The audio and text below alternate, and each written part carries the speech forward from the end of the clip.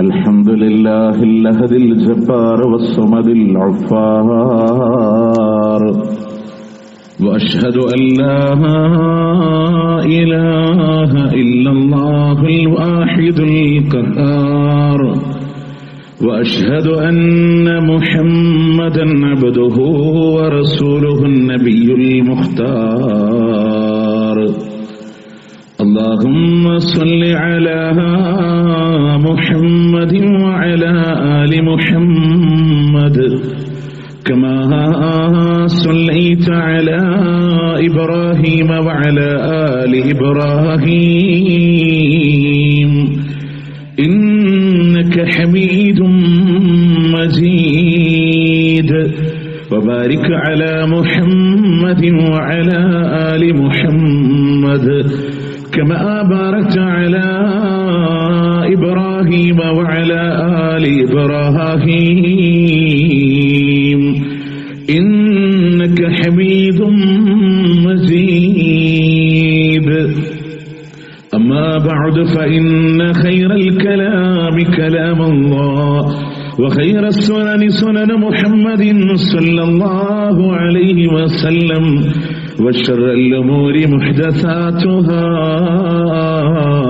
وكل محدثة بدعة وكل بدعة ضلالة وكل ضلالة في النار يا أيها الذين آمنوا اتقوا الله حق تقاته ولا تموتن إلا وأنتم مسلمون أعوذ بالله من الشيطان الرجيم بسم الله الرحمن الرحيم ووصينا الإنسان بوالديه حملته أمه وهنا على وهن وفصاله في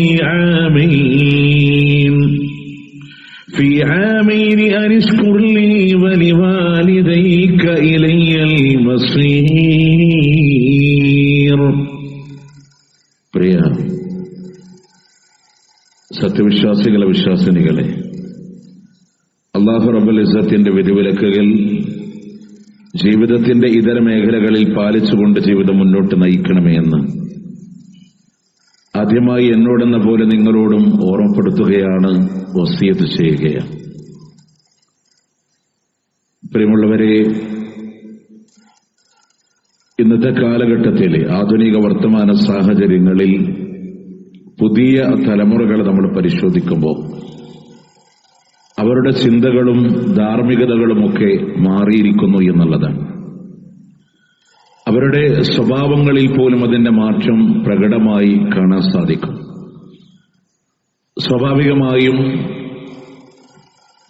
തിരുവനന്തപുരത്തിന്റെ government engineering കോളേജിന്റെ പുറത്ത് കുറച്ച് വിദ്യാർത്ഥികൾ രാത്രികാലങ്ങളിലൂടെ ആൺകുട്ടികളും പെൺകുട്ടികളുമായി ഇന്നത്തെ ന്യൂ ജനറേഷൻ എന്ന് വിളിക്കപ്പെടുന്ന ആളുകൾ, ജെൻഡർ ന്യൂട്രാലിറ്റിയുടെ ആളുകൾ, അവരിങ്ങനെ സംഘടിതമായിരിക്കുമ്പോൾ ആ നാട്ടുകാരായ ആളുകൾ കാരണവന്മാരവരെ ഉപദേശിച്ചു, മക്കളെ ഇത് ശരിയല്ല എന്ന് പറഞ്ഞപ്പോൾ അതിനോടുള്ള പ്രതിഷേധം അവർ കാണിച്ചത് പിറ്റേ ദിവസം പകല് വന്നിരുന്ന് ആൺകുട്ടികളുടെ മടികളിലൊക്കെ പെൺകുട്ടികളിലിരുന്ന് ബസ് സ്റ്റോപ്പിൽ പരസ്യമായിരുന്നൊരു പ്രതിഷേധം തീർക്കുകയാണ്. അവരുടെ ഭാഷയിൽ ഇന്നത്തെ ആളുകൾക്ക് നേരം വിളിച്ചിട്ടില്ല, അവർക്ക് ധാർമ്മികത എന്താണെന്ന് അറിയുന്നില്ല എന്നാണ് അതിന്റെ വിശദീകരണങ്ങൾ വരിക. സ്വാഭാവികമായും ഈ പള്ളിയുടെ അകത്തളങ്ങളിൽ ഒരുമിച്ച് കൂടിയ ചെറുപ്പക്കാരോട്, മക്കളോട് നമുക്ക് പറയാനുള്ളത്, മാതാപിതാക്കളുടെ ഉപദേശങ്ങൾ അവരുടെ കാതുകളിലൂടെ വരുമ്പോൾ ഇന്നത്തെ കുട്ടികളുടെ മോഡേൺ ഭാഷയിൽ പറഞ്ഞാൽ ഉപ്പ ഉപദേശിച്ചാൽ അതിന് പറയും തന്തവൈബാണ് എന്നൊരു വാക്കുപയോഗിക്കും. ഉമ്മാന്റെ ഉപദേശത്തിന് പറയും തള്ളവൈബാണ്. അതോടുകൂടെ അതിന് പറയുന്നത് മുഴുവൻ അവിടെ നിന്നിങ്ങനെ കേട്ടിട്ട് പറച്ചിലൊക്കെ കഴിഞ്ഞോ എന്ന് പറഞ്ഞിങ്ങനെ ഇറങ്ങിപ്പോകുന്ന ഒരു സാഹചര്യം, അതെങ്ങനെങ്കിലുമൊക്കെ തീർത്ത് കടന്നു പോവുക എന്നുള്ള ഒരു സാഹചര്യങ്ങളിലേക്ക് അവർ തിരിയുമ്പോൾ, പ്രിയമുള്ളവരെ അറിയണം, ഓരോ സാഹചര്യങ്ങളിലും തിന്മയുടെ മാർഗങ്ങളിലേക്ക് സഞ്ചരിക്കുമ്പോൾ ആരാണ് മാതാവ്, ആരാണ് പിതാവ്, അവരോടുള്ള കടമകൾ എന്താണ്, ഓരോ നിമിഷങ്ങളിലും തുലനം ചെയ്ത് പഠിക്കപ്പെടേണ്ടുന്ന സന്ദർഭങ്ങളുണ്ട് നമ്മളുടെ ജീവിതത്തിൽ. കടുത്ത വെയിലിലൂടെ നടന്നു പോകുന്ന ഒരാളെ സംബന്ധിച്ചിടത്തോളം നല്ലൊരു മരത്തിന്റെ തണല് കിട്ടിയാൽ ആശ്വാസം കൊണ്ട് ആ മരത്തിന്റെ താഴെ അവൻ കുളിര് കൊള്ളുന്നുണ്ടെങ്കിൽ ആരെങ്കിലും ആ മരത്തിനെ പറ്റി ചിന്തിച്ചിട്ടുണ്ടോ? ആ വെയിലിനെ തടഞ്ഞു നിർത്തുന്ന, അവിടെ ഒരു സംരക്ഷണം ഈ ആളുകൾക്ക് തീർത്തു കൊടുക്കുന്ന, വെയിലേൽക്കുന്നത് മരമാണ് എന്നതുപോലെ നമ്മൾ അനുഭവിക്കുന്ന ആസ്വാദനങ്ങളുടെ, സന്തോഷങ്ങളുടെ, സുഖങ്ങളുടെ പിന്നിൽ നമ്മളുടെ മാതാപിതാക്കളുടെ ത്യാഗമുണ്ട്. അതിനൊരിക്കലും വിസ്മരിച്ചു കളയാൻ കഴിയില്ല. അതുകൊണ്ടാണ് അല്ലാഹു സുബ്ഹാനഹു വ തആല ഞാൻ ആമുഖമായി നിങ്ങൾ ഓതി കേൾപ്പിച്ച ആയത്തിൽ അല്ലാഹു തആല പറയുന്നുണ്ട്, വവസ്സൈനൽ ഇൻസാൻ, മനുഷ്യനോട് നാം ഉപദേശം കൊടുക്കുകയാണ്, വസിയത്ത് നൽകുകയാണ്, ബിവാലിദൈഹി, അവന്റെ മാതാപിതാക്കളുടെ വിഷയത്തിലാണ്. എന്നിട്ട് അല്ലാഹു പറയാണ്, ഹമലത്ഹു ഉമ്മുഹു വഹനൻ അലാ വഹൻ, പ്രയാസത്തിന് മേലെ പ്രയാസം ചുമന്നുകൊണ്ടാണ് അവന്റെ മാതാവ് അവന് ഗർഭം ചുമന്നത് എന്ന് അല്ലാഹു സുബ്ഹാനഹു വ തആല അതിനെ നിസ്സാരമായൊരു വാക്കായി എടുത്തു കളയാനുള്ളതല്ല. കേവലം 12.5 ഗ്രാം തൂക്കം വരുന്ന ഒരു തൂക്കത്തിൽ നിന്നും അവന്റെ മാതാവ് അവന്റെ ഗർഭത്തിലൂടെ ഗർഭം ചുമന്ന് നടക്കുന്ന കാലമത്രയും നിങ്ങളറിയോ, ഒരു ഉമ്മാക്ക് കിടക്കാനൊരു രീതി ഉണ്ടാവും, ഒരു ശൈലി ഉണ്ടാവും. ആ കിടക്കുന്ന ശൈലികളിൽ നിന്ന് പ്രഗ്നന്റ് ആവുന്ന സമയങ്ങളിൽ ഡോക്ടേഴ്സ് പറയും ഇങ്ങനെ കിടക്കാൻ പാടില്ല. ആ കുട്ടിയുടെ സുരക്ഷിതത്വത്തിനെ ഓർത്ത് അവരുടെ ജീവിതത്തിന്റെ സുഖങ്ങളെ അവർ ത്യജിച്ചു കളയുകയാണ്. മര്യാദക്കൊരു ഭക്ഷണം പോലും ചില സന്ദർഭങ്ങളിലൂടെ കഴിക്കാൻ അവരെ കൊണ്ട് കഴിയാറുണ്ടായിരുന്നില്ല. അങ്ങനെയൊക്കെ ത്യാഗങ്ങൾ അനുഭവിച്ച് നിങ്ങളെ ഗർഭം ചുമന്ന ആ മാതാവ് പ്രയാസത്തിന്റെ മേലെ പ്രയാസം ചുമന്നുകൊണ്ട്, മക്കളെ നമ്മൾ ആലോചിച്ച് നോക്കിയ ചെറിയൊരു നിമിഷമെങ്കിലും ഈ ഭാരമൊന്ന് ഇറക്കി വെച്ചൊന്ന് റെസ്റ്റ് എടുക്കാൻ അവരെ കൊണ്ട് കഴിയുന്നുണ്ടോ? ആ പ്രസവം നടക്കുന്ന കാലമത്രയും ആ ഗർഭം ചുമന്ന് നടക്കാണ്. എല്ലാ പ്രയാസങ്ങളും അവർ അനുഭവിക്കുന്നുണ്ട്. ഒരുപക്ഷെ കാലിന്റെ മേലെ നീരിങ്ങനെ വന്നു നിൽക്കുന്ന സാഹചര്യങ്ങളുണ്ട്. എന്നിട്ടും നിങ്ങൾക്കറിയോ, ആ ഗർഭകാലഘട്ടത്തിൽ കുഞ്ഞിന്റെ ചലനം തുടങ്ങി, ഒരു 7 മാസങ്ങൾ പ്രായമാകുമ്പോ അനക്കം തുടങ്ങിയെന്ന് ഇന്നിന്റെ ഭാഷയിൽ നമ്മൾ പറയുന്നുവെങ്കിൽ, ആ കുഞ്ഞു മാതാവിന്റെ ഗർഭപാത്രത്തിൽ ചവിട്ടുമ്പോ ഉമ്മാക്ക് സന്തോഷാണ്. പക്ഷെ ഉമ്മ അനുഭവിക്കുന്നത് വേദനയാണ്. ആ വേദന അനുഭവിച്ചില്ലെങ്കിൽ ഉമ്മാക്ക് സങ്കടം വരാൻ, എന്റെ മകൻ എന്തുകൊണ്ട് അനങ്ങുന്നില്ല, എന്റെ മകൾ എന്തുകൊണ്ട് അനങ്ങുന്നില്ല. ഇങ്ങനെ കഷ്ടപ്പെട്ട് നിങ്ങളെ ഗർഭം ചുമന്ന് വളരെ ലളിതമായി ഒരു കല്ല് നമ്മുടെ വയറിന്റെ മേലെ വെച്ച് കെട്ടി ഒരു 9 മാസം അങ്ങാടിയിലൂടെ ജീവിക്കാൻ പറഞ്ഞാൽ നാട്ടിലെ ജീവിതം നടത്താമെന്ന് നമ്മളെ കൊണ്ട് കഴിയില്ല. അത്രയൊക്കെ ത്യാഗം അവർ നമുക്ക് വേണ്ടി അനുഭവിച്ചവരാണ്. അതുകൊണ്ടാണ് അല്ലാഹു പറഞ്ഞ ഹമലത്ഹു ഉമ്മുഹു വഹനൻ അലാ വഹൻ, പ്രയാസത്തിന്റെ മേലെ പ്രയാസം ചുമന്നുകൊണ്ടാണ്. നമ്മളിന്ന് ദേഷ്യപ്പെടാറില്ല അവരോട്, ശക്തമായ ഭാഷകൾ ഉപയോഗിക്കാറില്ല അവരോട്. അല്ലാഹു പറയും അത്രയും ത്യാഗം അവരവിടെ അനുഭവിക്കുന്നുണ്ടെങ്കിൽ വീണ്ടും അല്ലാഹു പറഞ്ഞു ഫിസാലുഹു ഫി ആമൈൻ, അവർക്ക് മുല കൊടുത്ത് വളർത്തിക്കൊണ്ടുവന്നത് 2 വർഷക്കാലമാണ്. ഈ 2 വർഷക്കാലവും മാതാവ് ഭക്ഷണം കഴിച്ച്, നിങ്ങൾക്കറിയാം, സ്വസ്ഥമായൊരു ഉറക്കം പോലും അവരുടെ ജീവിതങ്ങളിലൂടെ ലഭ്യമാവണില്ല. പകല് വീട്ടിലെ ജോലികളുണ്ടാകും, ആ സമയത്ത് കുട്ടി കിടന്നുറങ്ങും. അതിനിടയിൽ ഇടക്കിടക്ക് കുഞ്ഞിനെ വന്നെടുക്കും, അവരുടെ കാര്യങ്ങൾ ശ്രദ്ധിക്കും. രാത്രികാലങ്ങളിൽ സ്വസ്ഥമായി ഒന്നുറങ്ങാമെന്ന് വിചാരിക്കുമ്പോഴാണ് ആ കുഞ്ഞ് കരയാൻ തുടങ്ങുന്നത്. ആ സമയത്ത് പോലും അറപ്പ് വരാതെ, മടുപ്പ് വരാതെ കുഞ്ഞിനെ ചേർത്ത് വെച്ച് വളർത്തിയ ആ ഉമ്മാനോട് ഏതെങ്കിലും രീതിയിലൂടെ വെറുപ്പ് തോന്നുന്നുവെങ്കിൽ അല്ലാഹു മാപ്പ് തരുമെന്ന് വിചാരിക്കാനില്ലട്ടോ. അതുകൊണ്ട് അല്ലാഹു പറഞ്ഞു അത്രമേൽ കഷ്ടപ്പാടാണ്. നിങ്ങളൊക്കെ ഒരു കാര്യം കൂടെ ആലോചിച്ചു നോക്ക്. ഒരുപക്ഷെ ആ കുഞ്ഞിന്റെ മോണ കാട്ടിയുള്ള ചിരികളിൽ നിന്ന് മാറി കിന്നരിപ്പല്ല് മുളച്ചു വരുന്നൊരു സാഹചര്യങ്ങളിൽ മാതാവിന്റെ മാറിടത്തിൽ പാല് നുകരുമ്പോ, അവൻ ആഗ്രഹിക്കുന്ന രൂപത്തിലൂടെ പാല് കിട്ടാതെ വരുമ്പോ, കിന്നരിപ്പല്ലുകൊണ്ട് മാതാവിന്റെ മാറിടത്തിലൂടെ കടിക്കുമ്പോ മുല്ലമുട്ട് പോലെ പാല് വരുന്നതിന് പകരം രക്തത്തിന്റെ തുള്ളി വരുമ്പോഴും ഉമ്മാക്ക് വേദനിക്കുന്നടാ എന്ന് പറഞ്ഞ മകനെ തലോടുന്ന ഉമ്മാനെ എവിടെയാ പ്രിയമുള്ളവരെ നമുക്ക് ശകാരിക്കാൻ മനസ്സ് വരുന്നത്? കണ്ടോ, ഉപാധികളില്ലാതെ മാപ്പ് കൊടുക്കാൻ നമ്മളുടെ മനസ്സിൽ ഒരു മാതാപിതാക്കള് ഒരുപക്ഷെ അവർ നമ്മളോടൊരു തെറ്റ് ചെയ്താൽ പോലും ഉപാധികളില്ലാതെ മാപ്പ് കൊടുക്കാൻ ലോകത്ത് ഒരു വിഭാഗമുണ്ടെങ്കിൽ അവർ മാതാപിതാക്കളാണ്, ഉമ്മയാണ്, ബാപ്പയാണ്. അതുകൊണ്ട് അല്ലാഹു പറയാ അരിഷ്കുർലി വലിവാലിദൈ, നിങ്ങൾ എനിക്ക് നന്ദി ചെയ്യണം. അതോടൊപ്പം അല്ലാഹു പറഞ്ഞു നിങ്ങളുടെ മാതാപിതാക്കളോട് നന്ദി ചെയ്യണമെന്നാണ് അല്ലാഹു സുബ്ഹാനഹു വ തആല പറയുന്നത്. അവർ നമ്മളായിരിക്കും, നമ്മൾ എവിടെ അസ്വസ്ഥമാകുന്നു, നമ്മളുടെ മുഖം എപ്പോഴാ വാടേണ്ടത്. ഇബ്നു സീരീൻ എന്ന് പറയുന്ന മഹാനായ പണ്ഡിതൻ, അദ്ദേഹത്തിന്റെ മുഖം ഇങ്ങനെ അസ്വസ്ഥമാണ്, മുഖത്തിങ്ങനെ വിവരണമായി കൊണ്ടേയിരിക്കുന്നുണ്ട്. എന്താണെന്നറിയോ, അദ്ദേഹത്തിന്റെ കൂടെ മാതാവുള്ള സമയങ്ങളിൽ ഉമ്മാക്ക് തൃപ്തി വന്നിട്ടുണ്ടാകുമോ, ഉമ്മാക്ക് സന്തോഷം വന്നിട്ടുണ്ടാകുമോ എന്ന് കരുതിയിട്ടാണ് പ്രിയമുള്ളവർ അദ്ദേഹത്തിന്റെ മുഖമിങ്ങനെ അസ്വസ്ഥമായി കൊണ്ടേയിരിക്കുന്നത് എന്നുണ്ടെങ്കിൽ അവരുടെ മനസ്സിനെ നമ്മൾ കുത്തിനോവിക്കുമ്പോ അല്ലാഹു തആല അവന്റെ ജന്മം പോലും കൊടുത്ത മാതാവിന്റെ വേദനകളെ സംബന്ധിച്ച് പറയുമ്പോ ഈ ശരീരത്തിലെ കൈയിന്റെ എല്ലൊന്ന് പൊട്ടിയ ഭയങ്കര അസ്വസ്ഥതയാണ്, വേദനയാണ്. ഉറങ്ങാൻ ഒരുപക്ഷെ പ്രയാസം ഉണ്ടാവും. ശരീരത്തിന്റെ 22 അസ്ഥികൾ ഒരേ സമയം പൊട്ടുന്ന വേദന കടിച്ചമർത്തി നമുക്ക് ജന്മം തന്ന നമ്മുടെ ഉമ്മാനോട്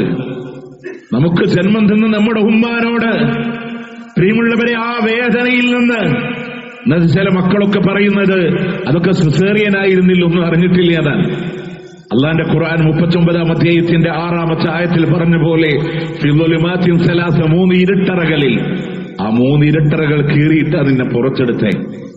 ആ 3 ഇരുട്ടറകളും തുന്നിച്ചേർത്തതാണ്.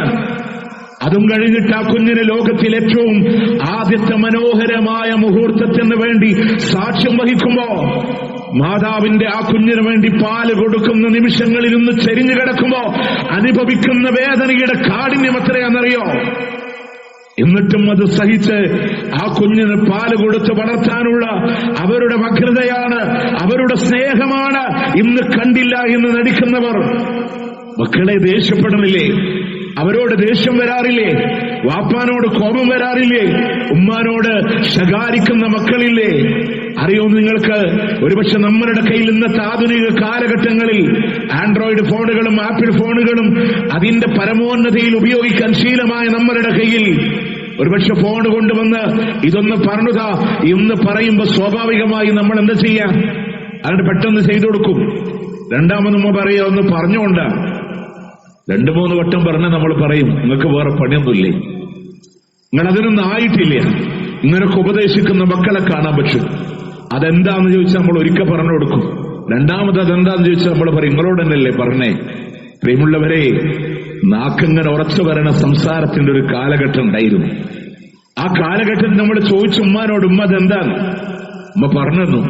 രണ്ടാമതും ചോദിച്ചു പറഞ്ഞു. 1 അല്ല 2 അല്ല 30 അല്ല 33 തവണ ചോദിച്ചാലും ആ കൊഞ്ചല് തീരുവോളം നമ്മളോട് പറഞ്ഞു തന്ന ആ ഉമ്മാനെയാ നമ്മളെന്ന് ശകാരിക്കുന്നത്. ആ ഉമ്മാനോടാണ് ദേഷ്യം വരുന്നത് എങ്കിൽ പ്രിയമുള്ളവരെ ആലോചിച്ചു നോക്കി, എന്ത് തന്നെ അവർക്ക് വേണ്ടി പകരം ചെയ്തു കൊടുത്താലും ഈ ജീവിതത്തിലൂടെ ചെയ്തു കൊടുക്കാൻ ആവണില്ല. മഹാനായ അബ്ദുല്ലാഹി ഇബ്നു ഉമർ റളിയല്ലാഹു അൻഹു അള്ളാന്റെ കഅബാലയത്തിന്റെ ചാര നിൽക്കുമ്പോ ഒരു മനുഷ്യൻ തന്നെ മാതാവിനെ തോളത്തിലൂടെ ചുമന്നുകൊണ്ട് കഅബാലയത്തിനെ 7 തവണ തവാഫ് ചെയ്യുകയാ. ഉമ്മയുടെ ഷോൾഡറിൽ 7 തവണ തവാഫ് ചെയ്ത് ആ ഉമ്മാനെ താഴെറക്കി വെച്ച് അബ്ദുല്ലാഹി ഇബ്നു ഉമർ റളിയല്ലാഹു അൻഹുവിനോട് പറയുന്നുണ്ട്, എന്റെ ഉമ്മ എന്നെ ഗർഭം ചുമന്നതിന് ഈ കഅബാലയത്തിന് ഞാൻ തവാഫ് ചെയ്തു കൊടുത്തത് മതിയാകുമോ എന്ന് ചോദിക്കുമ്പോ അബ്ദുല്ലാഹി ഇബ്നു ഉമർ റളിയല്ലാഹു അൻഹു പറയുകയാണ്, ഇല്ല വലാ തുൽഖത്തുൻ വാഹിദ. ഗർഭകാലഘട്ടത്തില് ഒരു സ്റ്റെപ്പ് എടുത്ത് വെച്ചതിന് പോലും അത് പകരമല്ല. ഒരു കാലെടുത്ത് വെച്ചതിന് പോലും അത് പകരമല്ല എന്നുള്ളതാണ്. അതുകൊണ്ട് നിങ്ങൾ ആലോചിച്ച് നോക്ക്, അവരുടെ സന്തോഷം കാണാൻ, അവരോട് നന്മ ചെയ്യ. ലോകത്തിൽ ഏറ്റവും വലിയ നന്മകൾ എണ്ണിയപ്പോ പറഞ്ഞു അവർക്ക് വേണ്ടി നന്മ ചെയ്യാന്ന് പറഞ്ഞു. നമ്മുടെ മക്കളെ അവരോട് നന്മ ചെയ്യാന്നുള്ളതല്ലല്ലോ, അവരെത്ര ടെൻഷൻ അടിപ്പിക്കുന്നുണ്ട്. ആവശ്യപ്പെട്ടൊരു കാര്യം ചെയ്തു കൊടുക്കാൻ കഴിയാത്തതിന്റെ പേരിൽ ആവശ്യപ്പെട്ട് നേരെ വന്ന് ഡോറിങ്ങനെ ലോക്ക് ചെയ്ത് അടച്ചിങ്ങനെ അകത്ത് കയറിയിരിക്കുക. ഉമ്മ വന്ന് കുറെ വിളിക്കും, വാപ്പ ഒന്ന് വിളിക്കും, വാതിൽ തുറക്കില്ല. അവരുടെ മനസ്സിലെ ടെൻഷനാണ്. പ്രിയമുള്ളവർ, ഉരുക്കുകയാണ് അവരെ നമ്മൾ വീണ്ടും. ഇത്രയൊക്കെ കൊണ്ടുവന്നിട്ടും അവരെ വേദനിപ്പിക്കുകയാണ്. കുറെ സമയം വാതിൽ കൊട്ടുമ്പോ നിങ്ങൾക്കറിയോ പ്രിയമുള്ളവരെ, ഇതിനോടൊന്നും പകരം കൊടുക്കാൻ നാളെ ഖബർസ്ഥാനിലെ 6 അടി മണ്ണിന്റെ അകത്തളങ്ങളിൽ വാപ്പ ഉമ്മ കഴിയുമ്പോ ആ മണ്ണിന്റെ ചാര വന്നു നിന്ന് തിരിച്ചു പറയാൻ കഴിയാത്ത, ചെയ്തു കൊടുക്കാൻ കഴിയാത്ത ഒരു നിമിഷങ്ങൾ വരും.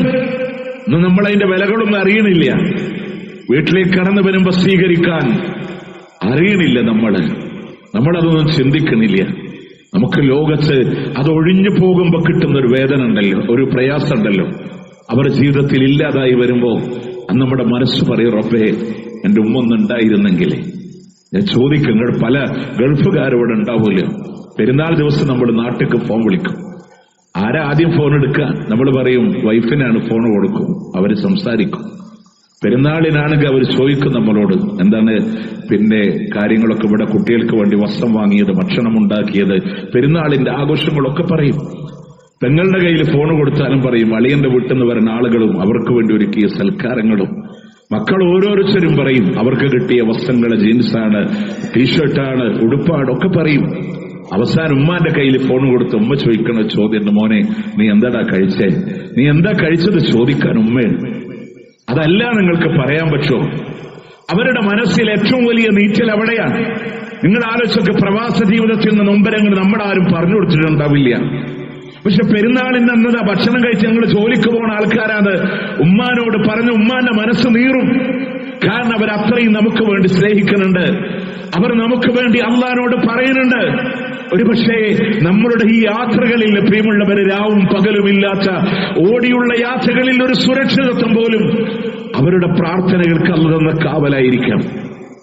തന്ന കാവലായിരിക്കാം.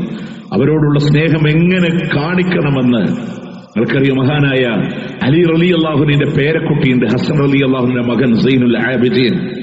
ആ സൈനുൽ ആബിദീൻ മഹാപണ്ഡിതനാണ്, തഖ്വയുള്ള ഒരു മനുഷ്യനാണ്.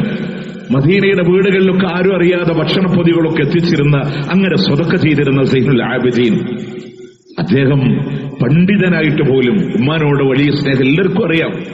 പക്ഷെ അദ്ദേഹത്തോട് ചോദിക്കുന്നുണ്ട്, സൈനുൽ ആബിദീൻ, താങ്കളെ മാതാവിനോട് ഇഷ്ടമുള്ള ആളാണല്ലോ, പക്ഷെ ഉമ്മാന്റെ കൂടെ ഭക്ഷണം കഴിക്കുമ്പോ അങ്ങ് ഭക്ഷണം കഴിക്കാറില്ല. ഉമ്മ കഴിക്കുന്നത് നോക്കിയിരിക്കുക മാത്രമാണ്. എന്തുകൊണ്ടാണ് ഉമ്മാനോട് സ്നേഹമുള്ള താങ്കള് ഉമ്മാന്റെ കൂടെ ഭക്ഷണം കഴിക്കാത്തത്? അവര് പറഞ്ഞ മറുപടി എന്താണെന്നറിയോ? എന്റെ ഉമ്മാന്റെ കൂടെ ഞാൻ ഭക്ഷണം കഴിക്കുമ്പോ ഉമ്മ ആഗ്രഹിച്ചതില് എന്റെ കൈ വന്നു പോകുമോ എന്ന് ഞാൻ ഭയപ്പെടുന്നുണ്ട്. എന്റെ ഉമ്മാക്ക് ആ ഉമ്മ എടുക്കാൻ ആഗ്രഹിച്ചതിനെ ഞാൻ എടുത്തു പോവോന്നൊരു പേടിയുണ്ട്. നമ്മൾ ഉമ്മാരനൊന്ന് ആലോചിച്ചൊക്കെ, നമ്മുടെ വീട്ടിൽ ഒരുപാട് മീൻ പൊരിച്ചിട്ടുണ്ട്, ഒരുപാട് ചിക്കൻ പൊരിച്ചിട്ടുണ്ട്. നമ്മുടെ ഉമ്മ എന്താ കഴിക്കല്? ഏറ്റവും നല്ലത് നോക്കി മക്കൾക്കും ഭർത്താവിനൊക്കെ മാറ്റി വെക്കും, അല്ലേ? പലപ്പോഴും അവർക്കൊന്നും ഏറ്റവും നല്ലത് കഴിച്ചുള്ള ഉപാധികളില്ലാതെ നമ്മളെ സ്നേഹിച്ചവരാ. നമ്മൾ മറ്റുള്ളവരോടൊക്കെ സ്നേഹം കൊടുക്കാൻ നമുക്ക് തന്ന കണ്ടീഷൻസ് നോക്കിയിട്ടാണ്. പക്ഷെ ഉപാധികളില്ലാതെ ലോകത്ത് നമ്മളെ സ്നേഹിച്ചത് നമ്മളുടെ മാതാപിതാക്കളാണ് പ്രിയമുള്ളവരെ. അതുകൊണ്ട് അവരുടെ മനസ്സിലൊരു നീറലുണ്ട്. അവരല്ലാരോട് പറഞ്ഞാൽ രക്ഷ ഉണ്ടാവില്ല. ഇന്നത്തെ മക്കൾക്ക് ഞാനിത് പറയുന്ന, ഒരു പ്രണയത്തിൽ അകപ്പെട്ട് ആ പ്രണയത്തിന്റെ മൂർധന്യാവസ്ഥയിൽ മാതാപിതാക്കളെ ശകാരിക്കുന്നവർ നിങ്ങൾ ആലോചിച്ചു നോക്ക്. ഇത് നിസ്സാരമായൊരു വിഷയമല്ല. ഒരു കാലഘട്ടത്തിൽ കോടതികളിൽ എവിടെയോ കേട്ടിരുന്ന വാദം. കേരളത്തിന്റെ മലപ്പുറം ജില്ലയിൽ നിന്ന് 2 മുസ്ലിം പെൺകുട്ടികള് അവര് ലെസ്ബിയനാണ്, പെണ്ണുമായി ജീവിക്കാൻ ആഗ്രഹിച്ചവരാന്ന് പറഞ്ഞപ്പോ അതിനെ മീഡിയകൾ ഇങ്ങനെ ഹൈലൈറ്റ് ചെയ്യുമ്പോ ആ വാപ്പാനും ഉമ്മാനിങ്ങനെ വല്ലാതെ മോശപ്പെടുത്തിയ സാഹചര്യങ്ങൾ നമ്മൾ കണ്ടവരാണ്. അതിൽ നിന്ന് മാറി ഇന്ന് ചങ്ങരംകുളത്തിന്റെ മൂക്കിന്റെ താഴെ വിവാഹം കഴിഞ്ഞ പെൺകുട്ടിയാണ് പിറ്റേ ദിവസം നാട് വിട്ടു പോണേ. കാരണം അവൾക്ക് കൂടെ ജീവിക്കാനുള്ളത് വേറെ പെൺകുട്ടിയാണ്. ഇതൊരു മിമ്പറെന്നാ ഞാൻ നിങ്ങളോട് പറയണേ. ഏതോ നാട്ടിലെ ന്യൂസുകളല്ല, നമ്മളുടെ മൂക്കിന്റെ താഴെ വരെ നടക്കുമ്പോ പ്രിയമുള്ളവരെ, എന്നിട്ട് നമ്മളുടെ മാതാപിതാക്കൾ നിന്ദിക്കപ്പെടുമ്പോ, മക്കളെ ഇന്ന കാമുകി വേണമെന്ന് പറയുമ്പോ നമ്മൾ കാണുന്നില്ല വൈരാഗ്യ കൊലപാതകങ്ങൾ. മഹാനായ റഈസുൽ മുഫസ്സിരീൻ ഇബ്നു അബ്ബാസ് റളിയല്ലാഹു അൻഹുമ അദ്ദേഹത്തിന് മുമ്പിൽ ഒരാൾ വന്നു. തന്റെ പ്രിയപ്പെട്ട കാമുകിയെ മറ്റൊരാൾ വിവാഹം കഴിച്ചതിന്റെ പേരിൽ അവനോടുള്ള കൊലപാതകം നടത്തി, അവനെ കൊന്നുകളഞ്ഞു. എന്നിട്ട് അദ്ദേഹം പറയാ, എവിടെയും എന്നെ പിടിക്കപ്പെട്ടിട്ടില്ല, ഇനി എന്റെ ശിഷ്ട ജീവിതത്തിൽ തൗബ ചെയ്ത് നന്നാവണമെന്ന് ആഗ്രഹമുണ്ട് എനിക്ക്. എങ്ങനെയാ ഞാൻ പെരുമാറുള്ളത്? ഇനി എന്താ ഞാൻ ചെയ്യാനുള്ളത്? ഇബ്നു അബ്ബാസ് റളിയല്ലാഹു അൻഹു പറയാ, നിന്റെ മാതാപിതാക്കളെ ജീവിച്ചിരിപ്പുണ്ടോ എങ്കിൽ അവർക്ക് വേണ്ടി നീ നന്മ ചെയ്യണമെന്നാണ്. ലാ അഅലമു ഇൽമൻ, ഒരു അറിവും എനിക്കറിയില്ല, അഹബ്ബ ഇലല്ലാഹി മിൻ ബിർരിൽ വാലിദൈൻ, മാതാപിതാക്കളോട് നന്മ ചെയ്യുന്നതിനേക്കാൾ ലോകത്തൊരു നന്മയുണ്ടെന്ന് എനിക്കറിയുന്നില്ല, അതുകൊണ്ട് അവർക്ക് വേണ്ടി നന്മ ചെയ്യണമെന്ന് ഇബ്നു അബ്ബാസ് റളിയല്ലാഹു അൻഹുമാ. വീട്ടിൽ നിന്ന് ഇറങ്ങിപ്പോവാ, എന്നിട്ട് കോടതികളിലൂടെ കൊണ്ടുവരാൻ. മക്കളിങ്ങനെ വയസ്സ് നോക്കിയിരിക്കുന്ന കാലഘട്ടത്തില 18ഉം 21ഉം വയസ്സിങ്ങനെ നോക്കിയിരിക്കും. 18 വയസ്സായ മോളോട് നീ പറന്നു വീണ കാലഘട്ടങ്ങളിൽ, സ്വന്തമായി ഒന്ന് ശബ്ദിക്കാൻ പോലും കഴിയാത്ത കാലഘട്ടങ്ങളിൽ, ഒന്നും എടുക്കാൻ കഴിയാത്ത കാലഘട്ടങ്ങളിൽ നിങ്ങളുടെ മാറിനോട് ചേർത്ത് പിടിച്ച് ഭക്ഷണം നിന്ന പാലൂട്ടിയ മാതാവില്ലേ? പ്രിയമുള്ളവരെ, ലോകത്ത് നിങ്ങൾ ആദ്യമായി കണ്ട മുഖമേതാണെന്നറിയോ? അത് ഉമ്മാന്റെ മുഖം. 28ാമത്തെ ദിവസമാണ് അള്ളാഹു കാഴ്ച തരുന്നത്. ആ കാഴ്ചയുടെ ദൈർഘ്യമെന്ന് പറയുന്നത് മാറിടത്തിൽ നിന്ന് മുഖത്തിലേക്കുള്ള ദൂരം മാത്രമാണ്. ആ ഉമ്മാനെ തന്നിട്ട് പരിപാലിച്ചിട്ട് സ്വന്തം ഇഷ്ടങ്ങളെ മറന്നുവെച്ച് കാത്തുവെച്ച് 18 വയസ്സ് വരെ നിന്നെ സ്നേഹിച്ച ഉമ്മാനേക്കാൾ ഇന്നലെ കണ്ടവൻ നിന്നെ സ്നേഹിക്കുന്നു എന്ന ബോധ്യം നിങ്ങളെ വരുന്നുവെങ്കിൽ ഒരു കാര്യം അടിവരയിട്ട് വെച്ചോ, ആ പുരുഷന് നിന്നോട് സ്നേഹമില്ല. ഒരു പെൺകുട്ടി വാപ്പാനുമ്മാനെ വിട്ട് നിന്റെ കൂടെ ഇറങ്ങി വരാമെന്ന് യുവാക്കളെ നിങ്ങളോട് പറയുന്നുവെങ്കിൽ അവൾ സ്നേഹമറിയാത്തവളാണ്. അറബ് രാജ്യത്തിന്റെ മണ്ണില് കഫീലിന്റെ കയ്യിൽ നിന്ന് കേൾക്കുന്ന അസഭ്യവർഷങ്ങൾ മുഴുവൻ കേട്ടാലും, എത്ര വേദനകൾ അനുഭവിച്ചാലും, ഒരുപക്ഷെ ചില ഹൗസ് ഡ്രൈവേഴ്സിന് അറബികൾ അവരെ തലയിൽ റിങ്ങെടുത്ത് അടിക്കുന്ന ഡ്രൈവർമാര് വരണ്ട്. മുതിർന്ന മനുഷ്യനാണ്, ഒരു കുടുംബത്തെ നയിക്കുന്നവരാണ്. പല ഭക്ഷണങ്ങളും ഇഷ്ടമുള്ളത് വരെ കഴിക്കുമ്പോ കുടുംബത്തിനെ ഓർത്ത് മാറ്റിവെക്കുന്നുണ്ട്. ഈ അടുത്ത കാലത്ത് കണ്ട ന്യൂസിൽ ഏറെ ഹൃദയത്തിൽ കുരുങ്ങിയത്, 30 വർഷം അറബ് രാജ്യത്തിന്റെ മണ്ണിൽ ജോലി ചെയ്ത് കൂടെയുള്ളവർ ആ മനുഷ്യനെ യാത്രയാക്കുമ്പോ ആ മനുഷ്യൻ പറയാണ്, എന്തെങ്കിലും ആഗ്രഹം ഇനി ഗൾഫിൽ നിറവേറ്റാനുണ്ടോ? എനിക്കൊരു പീസ് ഷവായ കഴിക്കണമെന്ന് ആഗ്രഹമുണ്ട്, ഞാൻ ഇന്ന് വരെ രുചി നോക്കിയിട്ടില്ല. ആരെ? അറബ് രാജ്യത്ത് പണിയെടുക്കുന്നവൻ. അവരുടെ മക്കൾ ഡെയിലി അറബി ഫുഡായിരിക്കാം. അങ്ങനെ ഉരുകുന്നുണ്ട് പ്രിയമുള്ളവരെ. ആ വാപ്പാന്റെ സ്നേഹം കണ്ടില്ല എന്ന് നടിച്ച്, ആ ഉമ്മാന്റെ നൊമ്പരം കണ്ടില്ല എന്ന് നടിച്ച് ഏതോരുത്തന്റെ കൂടെ ഇറങ്ങിപ്പോകുമ്പോ അള്ളാന്റെ കോടതിയിൽ മാപ്പില്ല. പോലീസ് സ്റ്റേഷന്റെ വരാന്തകളിൽ, കോടതികളുടെ വരാന്തയിൽ പോകല്ല മോളെ എന്ന് പറഞ്ഞ് നിലത്ത് കിടന്ന് പർദ്ദയിട്ട ഉമ്മ നിലത്ത് കോടതിയുടെ സിമന്റ് തറയിൽ കിടന്ന് മകളുടെ കാല് പിടിക്കുന്ന സാഹചര്യങ്ങളില് നിനക്ക് ഞാനില്ലേ എന്ന് പറഞ്ഞ് വാപ്പാ സ്ത്രീ ഇങ്ങനെ ചേർത്ത് പിടിക്കുമ്പോ ആ പുരുഷന്റെ തോളത്ത് ചാഞ്ഞു കിടക്കുന്ന ഉമ്മാന്റെ ഹൃദയത്തിന്റെ വേദന മക്കളെ വയറ്റിലൊന്ന് തൊട്ടു നോക്ക്. നിങ്ങള് അള്ളാഹു തന്നൊരു ചിഹ്നമുണ്ട് കേട്ടോ, പൊക്കിൽക്കൊടിയുടെ ചിഹ്നമുണ്ട്. ഏത് അതിനൂതനമായ ശാസ്ത്രക്രിയക്ക് പോലും എടുത്തു കളയാൻ കഴിയാത്ത ഒരു ചിഹ്നമുണ്ടല്ലോ തന്നെ. ഉമ്മാടെ ശരീരത്തിൽ നിന്ന് ഊർജം ഇങ്ങനെ അന്നം വലിച്ചെടുത്ത അടയാളം. അവർ തിന്നതിൽ നിന്നും അവർ കുടിച്ചതിൽ നിന്നും നമ്മൾ അനുഭവിച്ചത്, നമ്മൾ ആസ്വദിച്ചത്. ഒരു തവണയെങ്ങാനും അവർ അള്ളാഹിനോട് പറഞ്ഞാൽ, ലോകത്ത് ആസിഡുകളുടെ രാജാവെന്ന് പറയുന്ന സൾഫ്യൂരിക് ആസിഡിനെക്കാളും ലോകത്തുള്ള പവറുള്ള ഒന്നുണ്ടെങ്കിലേ ഉമ്മാന്റെ നോവുന്ന കണ്ണുനീരാൻ. ബനൂ ഇസ്രായേലിന്റെ കഥ പറയുന്ന പ്രവാചകൻ സല്ലല്ലാഹു അലൈഹി വസല്ലം സ്വഹീഹുൽ ബുഖാരിയിൽ വിശദീകരിച്ച് തരുന്നുണ്ട്. ആബിദായ സ്വാലിഹായ ജുറൈജ് എന്ന അള്ളാഹ്ക്ക് വേണ്ടി ആരാധനകൾ ചെയ്യുന്ന മനുഷ്യൻ, ജനങ്ങളുടെ ശല്യമൊന്നും ഉണ്ടാവാതെ ഒരു വിജനമായ ഉയരമുള്ള സ്ഥലത്ത് പോയി ആരാധന ചെയ്യാൻ അദ്ദേഹത്തിന്റെ ഉമ്മ മകനെ അന്വേഷിച്ചു പോവാണ്. അവിടെ ചെന്ന് വിളിക്കുന്നുണ്ട്, മോനെ ജുറൈജേ. ആ സമയത്ത് ജുറൈജ് നമസ്കാരത്തിലാണ്. റബ്ബി ഉമ്മീ വസ്സലാത്തി, അല്ലാഹുവേ എന്റെ ഉമ്മ വിളിക്കുന്നുണ്ടല്ലോ, ഞാൻ നമസ്കാരത്തിലാണല്ലോ. ആ സമയത്ത് ഉമ്മ വിളി കേൾക്കാതെ തിരിച്ചു വരാണ്. വീണ്ടും ഉമ്മ ഇങ്ങനെ കടന്നു പോകുന്നുണ്ട്. പിന്നീട് അപ്പോഴും മകൻ നമസ്കാരത്തിലാണ്. ഉമ്മാന്റെ വിളിക്കുത്തരം നൽകാൻ കഴിയണില്ല. ആ മാതാവ് സങ്കടത്തോടെ തിരിച്ചു വരുന്നുണ്ട്. മൂന്നാമതും കുന്ന് താണ്ടി കടന്നു ചെല്ലുമ്പോ ജുറൈജ് നമസ്കാരത്തിൽ തന്നെയാ. ആ വിളിക്ക് ഉത്തരം കൊടുക്കണില്ല. അവസാനം ആ ഉമ്മ അള്ളാഹിനോട് കരഞ്ഞു പറയുകയാണ്, അല്ലാഹുമ്മ ലാ തുമിത്ഹു ഹത്താ യൻദുറ ഇലാ വുജൂഹിൽ മുമിസാത്ത്. വേശ്യകളായ ദുർവൃത്തകളായ സ്ത്രീകളുടെ മുഖത്ത് നോക്കിയിട്ടല്ലാതെ എന്റെ മോനെ മരിപ്പിക്കല്ലേ അല്ലാ, എന്റെ മോനെ മരിപ്പിക്കല്ലേ അല്ലാ. ഇസ്രായേലുകാർ തീരുമാനിച്ചു ആ മനുഷ്യന്റെ ആരാധനക്ക് തടസ്സമുണ്ടാക്കണം. അവർ പല ശ്രമങ്ങളും നടത്തി. ഒരു വേശ്യ വരെ പറഞ്ഞുവിട്ടു, നടന്നില്ല. അവസാനം ആ വേശ്യ ഒരു ആട്ടിടയനുമായി ശാരീരിക ബന്ധം സ്ഥാപിച്ച് അവർ ഗർഭിണിയായപ്പോ ആളുകളോട് മുഴുവനും പറഞ്ഞു ഇത് ജുറൈജിന്റെ കുട്ടിയാണെന്ന് കള്ളം പറഞ്ഞു. അവസാന ആളുകൾ ഇദ്ദേഹത്തിന്റെ ആരാധനാ മണ്ഡപം തകർത്തു. സമൂഹത്തിന്റെ മുമ്പിൽ ഒരു മോശക്കാരനെ പോലെയായി. അവസാനം അള്ളാഹു തന്നെ അദ്ദേഹത്തെ സംരക്ഷിച്ചു. ആ സ്ത്രീ പ്രസവിച്ചപ്പോ ഇദ്ദേഹം ചോദിക്കുന്നുണ്ട്, മോനെ നിന്റെ പിതാവ് ആരാണ്?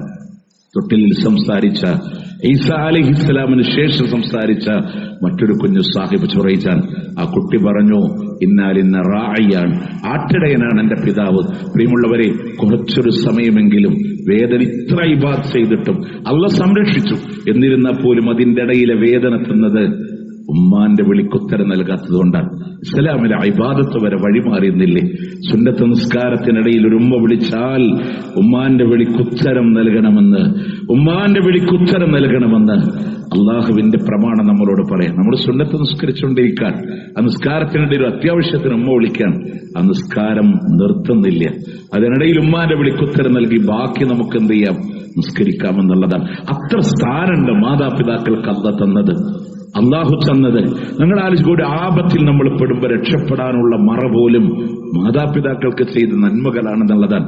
ഗുഹയിൽ അകപ്പെട്ട ആളുകൾ ഒരു പാറ വന്നവരുടെ ഗുഹാമുഖം അടഞ്ഞു പോകുമ്പോ മാതാപിതാക്കൾക്ക് വേണ്ടി പാല് കൊണ്ടുവന്നിട്ട് അവരത് കൊണ്ടുവരുമ്പോഴേക്കും അവർ ഉറങ്ങിപ്പോയിരുന്നു.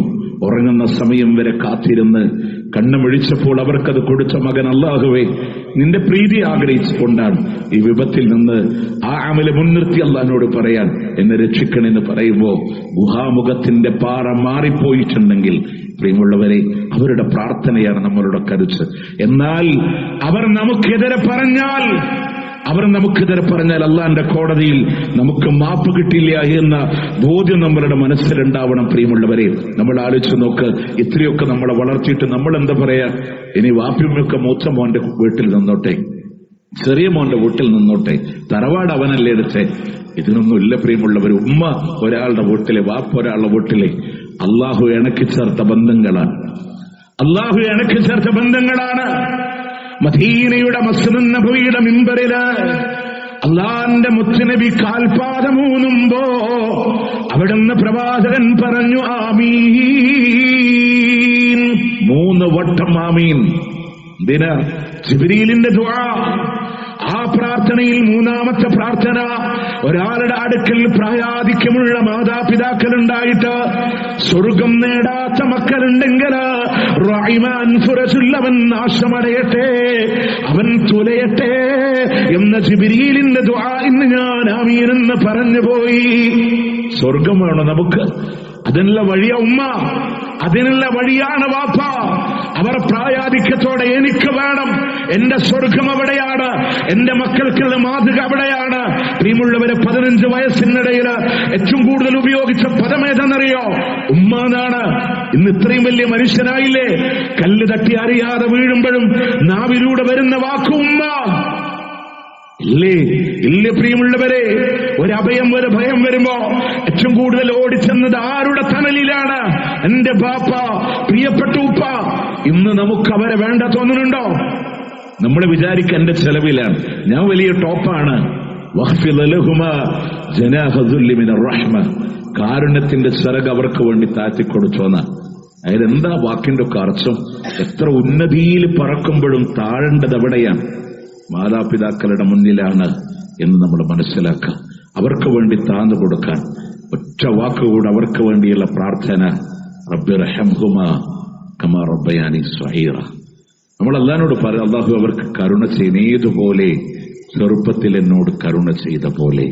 ആ വാക്കിന്റെ അർത്ഥം എന്താ? നമ്മൾ പലപ്പോഴും അറിയുന്നില്ലല്ലോ എങ്ങനെയൊക്കെ നമ്മളെ പരിപാലിച്ചു. പ്രിയമുള്ളവർ, ഒരു ഏറ്റവും വലിയ സന്തോഷം നമ്മളുടെ സന്തോഷമല്ലേ? നമ്മളുടെ സന്തോഷമല്ലേ? ഒരു കൂലിപ്പണിക്കാരന് കിട്ടുന്ന 800 രൂപക്ക് അയാൾക്ക് ഇഷ്ടമുള്ള ഭക്ഷണം കഴിച്ച് വീട്ടിലേക്ക് കടന്നു വരായിരുന്നു അല്ലേ? പക്ഷെ അദ്ദേഹം കഴിക്കണില്ലല്ലോ. ഭാര്യക്കും മക്കൾക്കൊക്കെ വേണ്ടി കരുതി വെച്ചു. നിങ്ങൾ ആലോചിച്ചൊക്കെ, അയാളുടെ ജീവിതം ആയുസ് മുഴുവൻ ഗൾഫിലാണ്. ഇവിടുന്ന് ഭാര്യ വിളിച്ചു പറയിക്ക, മോൻ നടക്കാൻ തുടങ്ങിയിട്ടുണ്ട്. കാണാൻ വിധിയില്ലാതെ ഫോട്ടോ മാറത്ത് വെച്ച് കിടക്കുന്ന എത്ര പാവങ്ങളുണ്ട്. ഒരു പെൺകുട്ടി വളർന്നു വരുമ്പോ ഒരു നിശ്ചിത കാലം കഴിഞ്ഞാൽ അവരെനിക്കൊന്ന് വാരിപ്പണമെന്ന് കിടക്കാൻ പോലും പറ്റൂലല്ലോ എന്ന് സങ്കടപ്പെടുന്ന എത്ര ഗൾഫുകാരുണ്ട്. എന്നിട്ടും ഇഷ്ടപ്പെട്ടതൊക്കെ എത്തിച്ചു കൊടുത്ത് അവരുടെ സന്തോഷങ്ങളിൽ മാത്രം സന്തോഷം കണ്ട് ജീവിക്കുന്നവരുടെ മനസ്സ് വേദനിപ്പിച്ചാൽ അള്ളാഹു മാപ്പ് തരൂല. വിവാഹിതരായ ആളുകളോട് അവരുടെ പലപ്പോഴും പല സഹോദരിമാര് പറയും, അത് ഭർത്താവിന്റെ വാപ്പല്ലേ, ഭർത്താവിനോട് എനിക്ക് കടമുള്ളൂ, ഭർത്താവിന്റെ വാപ്പാനോട് ഉമ്മാടൊന്നുമില്ല. ഒരു മാനുഷികമായ പരിഗണന, ഒരു മാനുഷികമായ സ്നേഹം അവിടെ അനിവാര്യമാണ്. അള്ളാന്റെ കോടതി നമ്മൾ തോൽക്കൂല പ്രിയമുള്ളവരെ. അള്ളാന്റെ കോടതി രക്ഷപ്പെടാൻ ഇതൊക്കെ വലിയ കാരണമാണ്. ഏറ്റവും വലിയ നന്മകളിൽ എണ്ണിയതാണ് ബിറുൽ വാലിദൈൻ, നന്മ ചെയ്യുക. ഏറ്റവും വലിയ തിന്മകളിൽ എണ്ണിയതാണ് വഖൂഖുൽ വാലിദൈൻ, അവരെ ബുദ്ധിമുട്ടിക്കൽ. അള്ളാന്റെ തൃപ്തി മാതാപിതാക്കളുടെ തൃപ്തിയിലാണ്, അള്ളാന്റെ കോപം പോലും മാതാപിതാക്കളുടെ കോപത്തിലാണ്. മനസ്സിലാക്കി കടമ നിർവഹിച്ച് സ്വർഗം നേടാനുള്ള അവസരങ്ങളെ ഉപയോഗപ്പെടുത്തി ജീവിക്കാൻ നമ്മൾ ശ്രദ്ധിക്കുക. അല്ലാഹു സുബ്ഹാനഹു വ തആല അനുഗ്രഹിക്കുമാറാവട്ടെ.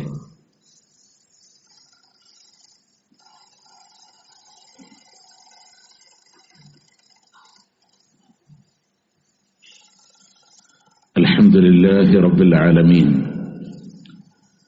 والعاقبة للمتقين ولا عدوان إلا على الظالمين. أصلي وأسلم على رسوله النبي الكريم وعلى آله وصحبه أجمعين. أما بعد اتقوا الله يا عباد الله. അള്ളാഹുവിനെ സൂക്ഷിച്ചുകൊണ്ട് ജീവിക്കണമേ എന്നൊരിക്കൽ കൂടി ഓർമ്മപ്പെടുത്തുകയാണ്, വസിയത്ത് ചെയ്യുകയാണ്. പ്രിയമുള്ളവരെ, വളരെ വേദനാജനകമായ ഒരു സന്ദർഭത്തിലാണ് നമ്മൾ ഇന്നത്തെ ദിവസം ഇവിടെ കടന്നുകൂടിയത്. നമ്മുടെ പള്ളിയിൽ എല്ലാ വെള്ളിയാഴ്ചയും ജുമാഅക്ക് വരുന്ന നമ്മളുടെ സഹോദരൻ, അദ്ദേഹത്തിന്റെ ജനാസ മറമാടിയിട്ടാണ് പല ആളുകളും ഇന്ന് പള്ളിയിൽ വന്നിരിക്കുന്നത്. അല്ലാഹു സുബ്ഹാനഹു വ തആല അദ്ദേഹത്തിന് മഅഫറത്തും മർഹമത്തും നൽകി അല്ലാഹു അനുഗ്രഹിക്കുമാറാവട്ടെ. ഇന്നലത്തെ ദിവസം നടന്ന ഒരു സൽക്കാരത്തിനിടയിൽ, ഒരു നിക്കാഹിന്റെ കാർമ്മികത്വം നടന്നുകൊണ്ടിരിക്കുന്നതിനിടയിൽ അവിടെ ഇരിക്കുന്ന ആളുകൾ മുഴുവനും നിക്കാഹിനെ കാതോർത്തുകൊണ്ടിരിക്കുമ്പോൾ, ഖുതുബ കാതോർത്തുകൊണ്ടിരിക്കുമ്പോൾ അള്ളാഹുവിന്റെ അലംഘനീയമായ വിളിക്ക് ശാന്തമായ ഉത്തരം നൽകി. നമ്മൾ മനസ്സിലാക്കേണ്ടത് ഇങ്ങനെയാണ് മരണമെന്നുള്ളത്. നിങ്ങൾ നിലച്ചിരിക്കാത്ത നിമിഷത്ത് കടന്നു വരും. നമ്മളൊക്കെ പറഞ്ഞൊരു വാക്കില്ല, ഇന്നാ ലില്ലാഹി വ ഇന്നാ ഇലൈഹി റാജിഊൻ. അത് ഓർമ്മപ്പെടുത്താനാണ്. നമ്മളെല്ലാവരും അള്ളാഹുവിലേക്കുള്ളതാണ്, അവനിലേക്ക് മടങ്ങാനുള്ളവരാണ്. ഇതെപ്പോഴും ഈ പറയുന്ന വാക്ക് നമ്മളിൽ ഓർമ്മയുണ്ടാവണം. നമ്മൾ വിചാരിക്കും എനിക്ക് ആരോഗ്യപരമായിട്ട് പ്രശ്നമില്ല, ശാരീരികപരമായിട്ട് എനിക്ക് പ്രശ്നമില്ല. പക്ഷേ അറിയില്ല കേട്ടോ, എപ്പോഴാണ് അല്ലാഹു തആല കണക്കാക്കിയ സമയമെന്നറിയില്ല. അതുകൊണ്ട് ഏത് സമയവും നമ്മൾ കരുതിയിരിക്കണമെന്നുള്ള ഒക്കെ. ഇവിടെ നിന്ന് ഖുതുബ കഴിഞ്ഞ് നമ്മുടെ വീട്ടിലേക്ക് എത്തുമെന്ന് പറയാൻ പോലും നമുക്കറിയില്ല. പക്ഷേ എപ്പോ വിട പറഞ്ഞാലും പത്തരമാറ്റ ഈമാനിന്റെ റൂഹായി ലോകത്തോട് വിട പറയാൻ അള്ളാന്റെ മുത്തനബി നമ്മളോട് പഠിപ്പിച്ച അക്സിറു ദിക്റ ഹാദിമൽ ലസ്സാത്ത്, സുഖഭോഗങ്ങളുടെ അന്ധകനായ മരണത്തിന്റെ ചിന്തകളെ നമ്മൾ അധികരിപ്പിക്കണമെന്നാണ്. നമ്മുടെ മനസ്സിൽ ഇപ്പോഴാ ചിന്ത ഉണ്ടാവണം. ഇനി ഖുതുബ കഴിഞ്ഞ് ഇൻഷാ അല്ലാഹ് നിസ്കാരത്തിലേക്ക് നമ്മൾ കടന്നു വരുമ്പോ, ആ നിസ്കാരത്തിൽ നമ്മൾ കൈകെട്ടി നിസ്കരിക്കുമ്പോ മനസ്സിൽ വരേണ്ടത് ഒരു പക്ഷേ എന്റെ ജീവിതത്തിലെ അവസാനത്തെ നിസ്കാരമായിരിക്കാം. അസറിന് ഞാൻ ഉണ്ടാകുമെന്ന് അറിയില്ല. ആ ഒരു ചിന്തയോടുകൂടെ നമസ്കരിച്ചു നോക്ക് പ്രിയമുള്ളവരെ. എത്ര ഭക്തിസാന്ദ്രമാണ് നമ്മളുടെ നമസ്കാരം എന്ന് പറയുന്നത്. അതുകൊണ്ട് തന്നെ നമ്മളുടെ കൂടെ ഇഴുകിച്ചേർന്ന ഒരു സഹോദരൻ, നമ്മളുടെ കൂടെ ഇതേ പള്ളിക്കകത്ത് കഴിഞ്ഞ ആഴ്ചകളിൽ വരെ ഉണ്ടായിരുന്ന സഹോദരൻ ഇന്ന് ഖബർസ്ഥാനിലാണ്. നാളെ നമ്മളും ഖബർസ്ഥാനിലാണ്. നമുക്ക് കൊടുക്കാൻ കഴിയുന്നത് ആത്മാർത്ഥമായ പ്രാർത്ഥനയാണ്. ഈ ഒരു ഐക്യത്തിന്റെ കെട്ടുറപ്പിന്റെ ആഗ്രഹങ്ങളുടെ പിന്നിൽ വലിയ ലക്ഷ്യമെന്താണെന്നറിയോ? നിങ്ങൾക്ക് ഭൗതികമായിട്ടൊന്നുമല്ല നമ്മൾ ആരും ആഗ്രഹിക്കപ്പെടേണ്ടത്. നാളെ ഇതുപോലെ സോഷ്യൽ മീഡിയയുടെ കോളങ്ങളിലൂടെ എന്റെ മരണവാർത്ത കടന്നു വരുമ്പോ എനിക്ക് വേണ്ടി ആത്മാർത്ഥമായി ദുആ ചെയ്യാൻ ഒരു തൗഹീദുള്ള ഒരു സഹോദരന് വേണമെന്ന ചിന്തയോടുകൂടെ അല്ലാഹുവിന്റെ ഹബീബ് പറയാൻ, നിങ്ങളിൽ ഒരാൾ മരണപ്പെട്ട് 100 തൗഹീദുള്ള ആളുകൾ ആ മയ്യത്തിന് വേണ്ടി നമസ്കരിക്കുമ്പോ അല്ലാഹു തആല ചോദിക്കുന്നത് കൊടുത്തിട്ടല്ലാതെ ഇല്ല എന്നാണ്. നമ്മളിങ്ങനെ പറയാം, അള്ളാഹിനോട് അല്ലാഹുമ്മ അഗ്ഫിർ ലഹു വർഹംഹു, അല്ലാഹുവേ പുറത്തു കൊടുക്കല്ല, കരുണ ചെയ്യല്ല. അല്ലാഹു ഉത്തരം കൊടുക്കുമെന്നാണ്. ആ ഒരു പ്രാർത്ഥന കിട്ടാൻ നമ്മളൊക്കെ ആഗ്രഹിക്കേണ്ടത്. തൃശ്ശൂരിൽ നിന്ന് ഇങ്ങോട്ട് ഞാൻ ഖുതുബക്ക് വരുമ്പോ ചങ്ങരംകുളത്തിന്റെ തഖ്വ പള്ളിയിൽ ഈ സ്നേഹബന്ധം കാത്തു സൂക്ഷിക്കുമ്പോ നാളെ ഏതെങ്കിലും ഒരു ദിവസം സോഷ്യൽ മീഡിയയിൽ എന്റെ മരണവാർത്ത നിങ്ങളുടെ കാതുകളിലെത്തുമ്പോ നാളെ നിസ്കരിക്കാൻ ഒരാളെ കിട്ടാൻ ഇനി എത്തിപ്പെടാൻ കഴിയാത്തവനും അവിടെ നിന്ന് ആത്മാർത്ഥമായി അള്ളാഹിനോട് പറയുന്നൊരു മനസ്സുണ്ടോ? ഇതിനേക്കാളും വലിയ ബന്ധങ്ങളില്ല പ്രിയമുള്ളവരെ. അതുകൊണ്ട് ഓരോ കണ്ണിപ്പൊഴിയുമ്പോഴും നമുക്ക് പ്രാർത്ഥിക്കാം. എത്ര ആളുകളാണ് ചുരുങ്ങിയ കാലയളവിനിടയിൽ നമുക്കിടയിൽ വിട പറഞ്ഞത്. അല്ലാഹുവേ, ഓരോരുത്തർക്കും മഅ്ഫിറത്തും റഹ്മത്തും നൽകി നീ അനുഗ്രഹിക്കണേ അല്ലാഹ്. കഴിഞ്ഞ ദിവസം തന്നെയാണ് നമ്മളുടെ ജ്യേഷ്ഠ സുഹൃത്തും അല്ലാഹുവിന്റെ വിളിക്കുത്തരം നൽകി അകലാട് ഒരുപാട് ദഅവ പ്രബോധനങ്ങളിൽ നമുക്ക് ഒരുപാട് മർദ്ദനങ്ങളേറ്റിരുന്ന കാലഘട്ടങ്ങളിൽ ഒരു പ്രൊട്ടക്ഷനായി കൂടെ നിന്ന സഹോദരൻ കഴിഞ്ഞ ദിവസം അല്ലാഹുവിന്റെ വിളിക്കുത്തരം നൽകി ലോകത്തോട് വിട പറഞ്ഞു. അല്ലാഹു അവരുടെ ഒക്കെ ഖബറുകളെ സ്വർഗ്ഗപ്പൂന്തോപ്പാക്കി നൽകുമാറാവട്ടെ. നാളെ അവരും നമ്മളെയും എല്ലാം അല്ലാഹു അവന്റെ ജന്നാത്തുൽ ഫിർദൗസിൽ ഒരുമിച്ച് ചേർക്കുമാറാവട്ടെ.